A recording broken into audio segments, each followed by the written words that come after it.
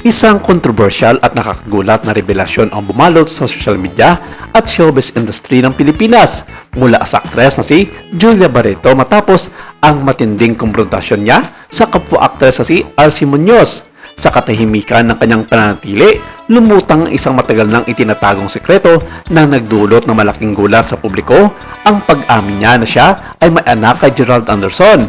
Nagsimula ang usapin na mag-post si RC ng isang larawan sa kanyang official na social media account kung saan makikitang kasama niya ang isang batang lalaki. Sa unang tingin, isa lamang itong simpleng larawan ng masayang ina at anak. Ngunit ang caption ng larawan ang nag-udyok sa mga netizens na magtanong, sino ang batang ito? Anak ba ito ni RC? Sino ang ama?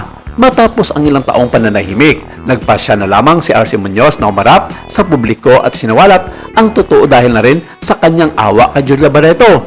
At ang batang lalaki ay kanyang anak at ang ama nito ay walang iba kundi si Gerald Anderson.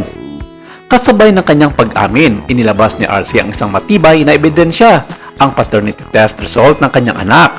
Ayon sa dokumentong nagmula sa isang lehitimong laboratorio, malinaw na si Gerald Anderson ang ama ng bata. Hindi nagtagal, umani ng iba't ibang mga reaksyon ang isyong ito. May mga sumusuporta kay RC, tinuturing siyang matapang na ina na handang ipaglaban ang karapatan ng kanyang anak. Mayroon ding ilang na nagtanong kung bakit ngayon na lamang niya inilantad ang katotohanan dahil lang ba sa awa niya kay Julia Barreto.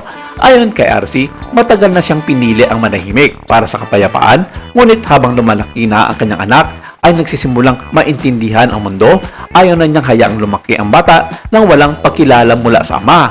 Ang revelasyon ni RC ay nagdulot ng malaking epekto sa publiko, lalo na't si Gerald Anderson ay matagal nang karelasyon noon ni Julia Barreto. Sa katunayan, matagal nang napapansin ang kakaibang katahimikan at kawalan ng public appearances nang magkasama ang dalawa noon na kalaunan humantong sa isang masakit na hiwalayan.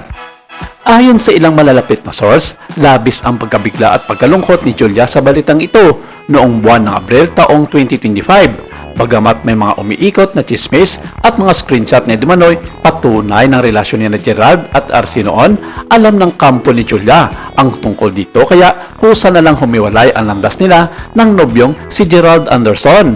Kung susumahin sa timeline ng kanilang relasyon, mukhang tama nga ang hula at naging usap-usapan ng mga netizens na si Gerald nga ang tinutukoy ng ilang mga kilalang showbiz columnist at vlogger tulad na lamang nina Christopher Min at Astro Moyo tungkol sa inilabas na pahayag noon ni Julia Barreto. Sinabi kasi nito noon na sobra siyang nasaktan sa ginawa ng isang taong malapit sa kanya dahil sa sobrang kasakiman raw nito sa mga babae na hindi nakokontento sa isa. Sa mga panahong ginawa ng artikulo ni Fermin at Amoyo sa kanilang blind item, karamihan sa managing komento ng mga netizens na ang tinutukoy na personalidad ni Julia ay walang iba kundi ang kanyang nobyo noon na si Gerald Anderson.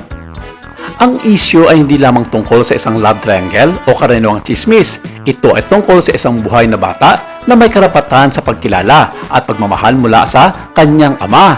Ang pinakamalagang tanong ngayon ay, bakit hindi pananagutan ni Gerald Anderson ang kanyang responsibilidad bilang ama o patuloy ba siyang manatiling tahimik sa kabila ng mga ebidensya?